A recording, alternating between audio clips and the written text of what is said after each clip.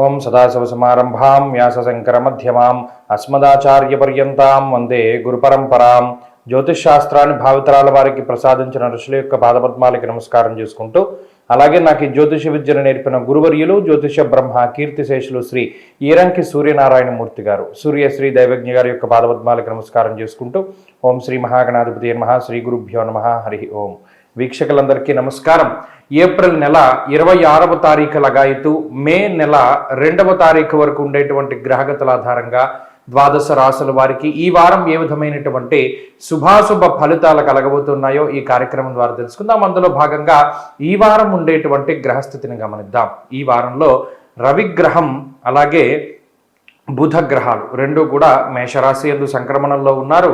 శుక్రుడు వృషభ రాశి యందు, గురుడు మిథున రాశి యందు, సింహమందు కేతువు, కుంభమందు రాహువు, అలాగే మీనరాశి యందు శని, కుజుల యొక్క సంచారం జరుగుతూ ఉన్నది.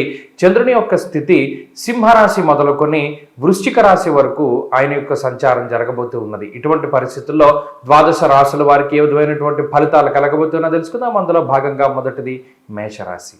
ఓం సదాశివసమారంభాం వ్యాసశంకరమధ్యమాం అస్మదాచార్యపర్యంతాం వందే గురుపరంపరాం.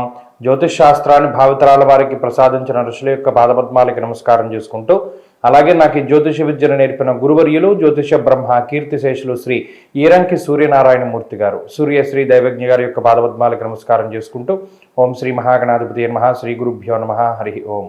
వీక్షకులందరికీ నమస్కారం. మేషరాశి వారికి ఈ వారం సాధారణమైనటువంటి గ్రహస్థితి గోచరిస్తూ ఉన్నది. ప్రత్యేకించి గత వారంతో పోల్చుకుంటే అనుకూలించేటువంటి ప్రతికూలించేటువంటి గ్రహాలు ఏ విధమైనటువంటి మార్పు లేదు. ముఖ్యంగా జన్మ రాశి యందు రవి యొక్క సంచారము, బుధుని యొక్క సంచారము, ఈ రాశికి ఏర్పడ్డటువంటి అర్గళం ఏదైతే ఉన్నదో అనగా వ్యయస్థానమందు ఉన్నటువంటి శని కుజులు, జన్మరాశి యందు ఉన్నటువంటి రవి బుధులు, ఈ 4 గ్రహాలు, దీనితో పాటుగా గురుగ్రహం, ఈ 5 గ్రహాలు ప్రధానంగా కొంత గోచార రీత్యా ఇబ్బంది పెట్టేటువంటి గ్రహములు. ఇవి ఏం చేస్తున్నాయి? ప్రతి వారము మేషరాశి వారిని అధికంగా కష్టపడేటట్టు చేస్తూ ఉన్నాయి. అంటే శ్రమ అధికంగా ఉండడము, తత్ఫలితం అంటే దీనికి శ్రమ పడ్డటువంటి దానికి ఫలితం ఏదైతే ఉన్నదో అది ఆశించినటువంటి దానికన్నా తక్కువగా లభిస్తూ ఉండడం, ఇది మాత్రమే ఒకంత నిరాశకి కలగజేస్తూ ఉన్నది. అయితే ఏదైతే మనం ఇంతసేపు కష్టపడాలి అని అనుకుంటారో దానికన్నా అధిక శాతమే కష్టపడవలసి వస్తుంది. అది మేషరాశి వారిలో ఉండేటువంటి ప్రధానమైన సమస్య. అలాగే స్థానం మార్పు చెందడం, అంటే ఒక ప్రాంతాన్ని వదిలిపెట్టి వేరే ప్రాంతానికి వెళ్ళవలసి రావడము, లేదా వేరే ప్రాంతాల్లో నివసించడం ద్వారా దానివల్ల కూడా కొంత శారీరకంగా, మానసికంగా, ఆర్థికంగా కూడా చాలా ఎక్కువగా శ్రమ పడుతూ ఉంటారు మేషరాశి వారు. అలాగే నిలకడలేనటువంటి ఆలోచనలు, ఎక్కువగా ఆలోచనలే వస్తూ ఉంటాయి. ఏ నిర్ణయం తీసుకోవాలి అనేటువంటి దాని మీద క్లారిటీ ఉండదు. రకరకాలైనటువంటి ఆలోచనలు వస్తూ ఉంటాయి. ప్రతిదాన్ని ఆలోచించడమే తప్పితే ఆచరించడం అనేటువంటిది ఈ రాశి వారికి కొంత తక్కువగా ఉంటుంది. అలాగే ఆర్థిక పరమైనటువంటి స్వేచ్ఛ ఉంటుంది.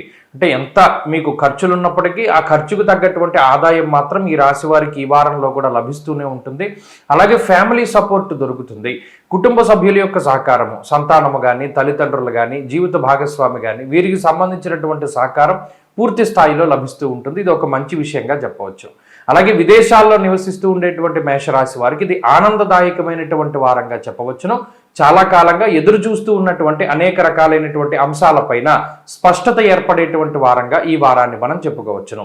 మేషరాశి వారు ఈ వారంలో మరింత అనుకూలమైనటువంటి ఫలితాలని సాధించడానికై ఎక్కువగా సూర్యారాధన చేస్తూ ఉండడం చెప్పదగినటువంటి సూచన.